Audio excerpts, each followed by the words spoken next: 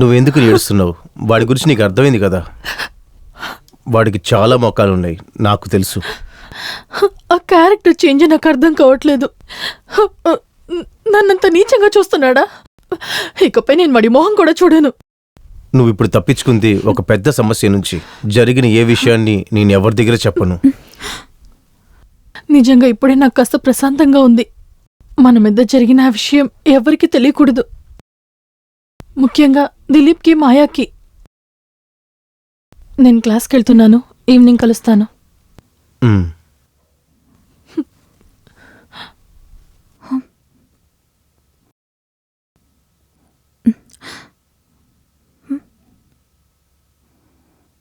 నువ్వేంటి ఇక్కడ? ఏం లేదు. ఏమైంది? నీ ఫేస్ డల్గా ఉంది. నేను అనూప్తో కొంచెం మాట్లాడాలి.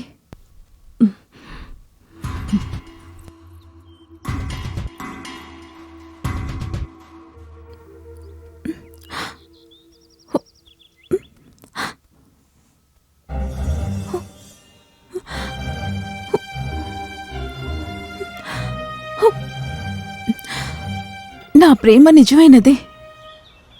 ఇప్పుడు నాకు తెలిసిపోయింది నీ మనసులో ఎవరున్నారనేది. You are cheap.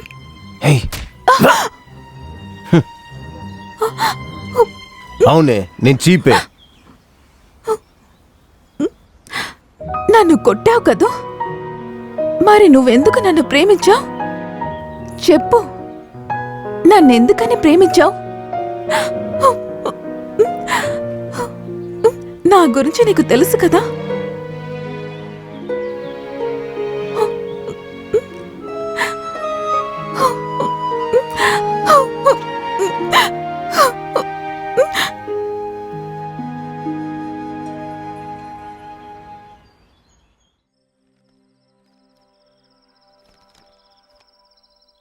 అక్టోబర్ 12. ఆ రోజు చివరి ఎగ్జామ్ ముగిసింది. ఒక బస్ ట్రావెల్ లాగా ఎక్కడి నుంచో నా ఫ్రెండ్స్ అందరూ ఒకటిగా వచ్చారు. అందరూ విడిపోయాం. ఆ రోజు రమ్య మోహన్ చూసినప్పుడల్లా నన్ని ఆ సంఘటన చాలా గాయపరిచింది. ప్రేమను మాత్రమే చూపించగల ఒక మంచి మనసు తన దగ్గరుంది. నా చుట్టూ ఏం జరుగుతుందో అసలు నాకు అర్థమే కావట్లేదు. ఒకటి మాత్రం నాకు తెలుసు, నేను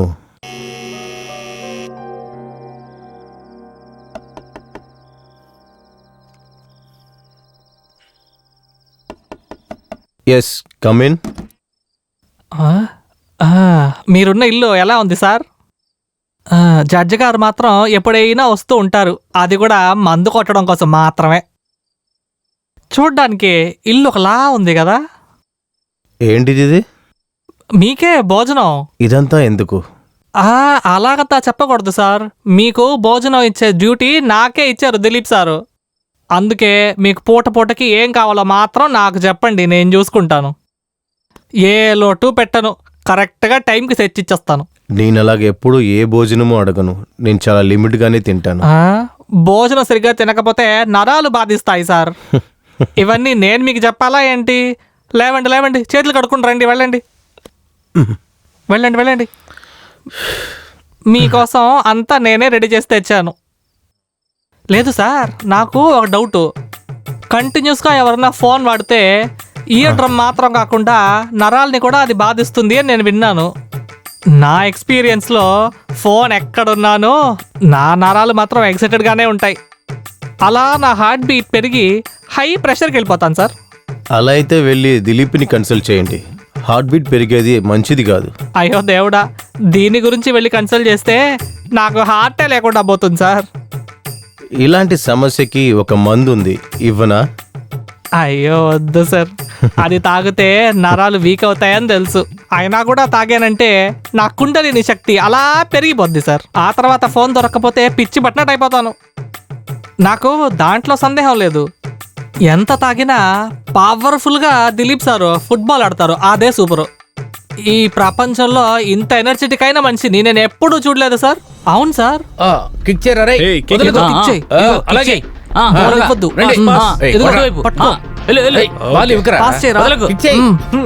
ఇదిగో, మెల్లిగా అలాగే చూసి వాడు అలాగే, అలాగే. తప్పకుండా. ఆ, కానీ, అలాగేరా. కానీ. కొట్టు. కొట్టు కొట్టు అలా వదలక. ఉమ్.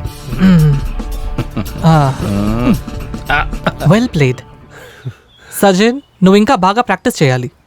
Okay bye. Rafi, bye. Bye. నువ్వు కూడా వచ్చి ఆడిండొచ్చు కదా, ఎక్సర్సైజ్లా ఉంటుంది. ఇప్పుడు నేను ఆ మూడ్లో లేను. ఇదేరా నీ సమస్య. ఫుట్బాల్ అంటే మెంటల్ స్ట్రెయిన్ తీర్చే ఫిజికల్ ఎక్సర్సైజ్ మాత్రమే కాదు, తెలుసు కదా. టీం వర్క్కి కావాల్సిన ఒక స్పిరిట్ ఉంటుంది. 90 నిమిషాలు మనల్నే మర్చిపోతాము. అదిగో వీళ్ళే సీక్రెట్ ఆఫ్ మై ఎనర్జీ. ఇతను doctor Anoop. Hi, I'm Ramesh. Hello, Hello. I'm Sajeev. Hello, Hi. I'm Sachin. నా పేరు రాఫీ. నేను తేజు అను ఎన్సులిన్. మీరు వచ్చిన విషయం దిలీప్ సారు మాకు చెప్పారు.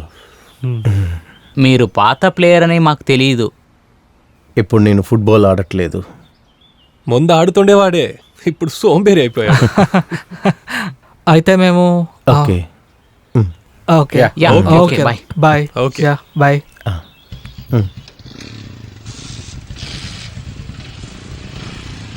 ఎలా ఉన్నారు మా ఫ్రెండ్స్, మా ఊరు? Good. Hey, hi. Bye Dilip. Bye రా ఎనీవే, మావా. నువ్వు రేపు ఏ ప్రోగ్రాం పెట్టుకోకు. నిన్ను ఒక ఫంక్షన్కి తీసుకెళ్తాను. It's a surprise. ఫుడ్ అంతా అలాగా ఓకే కదా, ప్రాబ్లం రాదుగా. అయితే ఓకే. ఏందన్నా? ఓ మీరే పిలిచారా? టైం ఎంత అవుతుందిరా? ఎప్పుడు ప్రారంభిస్తారు? రేయ్, అవసరపడొద్దు, త్వరగా ఇప్పుడు రెడీ స్టార్ట్ చేయండి రా, చేసేస్తారు. రేయ్, త్వరగా. చూసారా? నా ఇంట్లో పెళ్ళాం మాత్రమే ఉందిరా. అలాగా నేను తొందరగా వెళ్ళాలి. తెలుసుంటే నేను ఎల్లుంటా.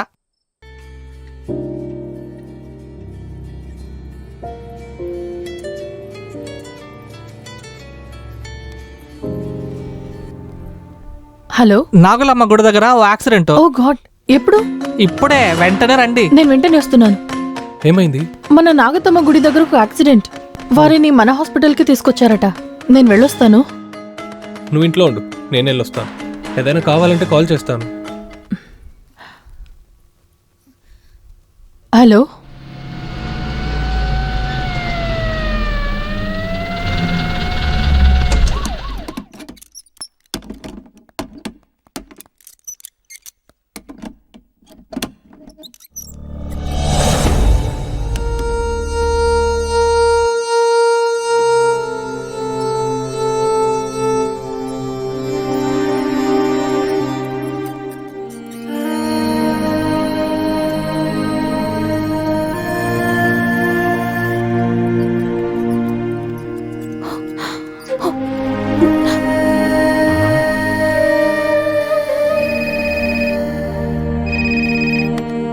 హలో. మేడం, డాక్టర్ దిలీప్ కి యాక్సిడెంట్ అయింది.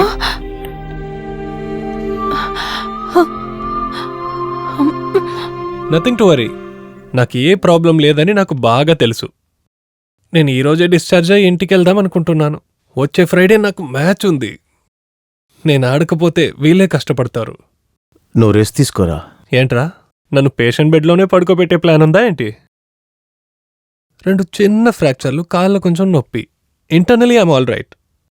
యాక్సిడెంట్ కేస్ చెకప్ చూడకుండానే చెప్తున్నాను, I'm perfectly all right. Show me the reports Ravi అన్న. నథింగ్ దిలీప్. ఇది కారణంగా చూపించి నీకు 2 రోజులు రెస్ట్ ఇవ్వాలనే అనూప్ అలా చెప్పాడు. అడ్మినిస్ట్రేటర్ ఇలా హాస్పిటల్లో ఉండటం కూడా మంచిదే. మా అమ్మ మీద ఒట్టుగా చెప్తున్నాను సార్, ఇప్పుడంతా నేను ఫోనే మాట్లాడట్లేదు. నా ఇయర్ డ్రమ్ లో ప్రాబ్లం ఉందేమో అని నాకే ఓ డౌట్. ఏదో ఒకటి, 2 రోజులు మాత్రం కాదు, ఇంకొద్ది రోజులకి ఎక్కడికి వెళ్ళట్లేదు. ఇది నా నిర్ణయం. మంచి విషయమే. అలాగైనా నువ్వు దిలీప్తో ఉండొచ్చు కదా. That is a good idea.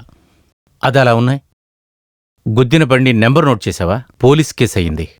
అప్పుడు యాక్సిడెంట్ కేస్ టెన్షన్లో ఉన్నాను, అది నేను నోట్ చేయలేకపోయాను. అది అక్కడప్పుడప్పుడు జరిగేదే. పోయిన సంవత్సరం నాకు కూడా జరిగింది. దేవుడు పుణ్యమాన బ్రతికాను. ఇప్పుడు దేవుడు దోషం అయిపోయిందని ఊరు ప్రజలు మాట్లాడుకోవడానికి ఒక టాపిక్ దొరికింది.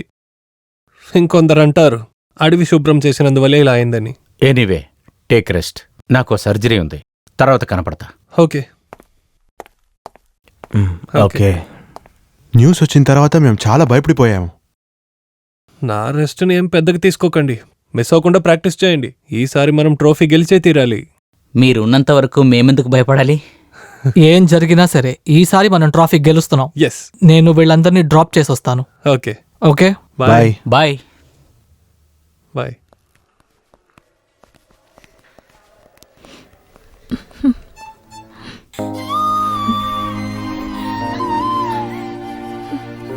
ఎందుకు ఏడుస్తున్నావు? నాకేమి కాలేదు. నాకెందుకో తెలియదు, చాలా భయంగా ఉందండి. ఏదో చెడు జరగబోతున్నట్టు అనిపిస్తోంది. నన్ను వదిలేసి దయచేసి ఎక్కడికి వెళ్ళకండి. మనం వేరెక్కడికైనా టూర్కి వెళ్ళొద్దాం. నా మనసులో ఉన్న భారం దిగిపోవాలి.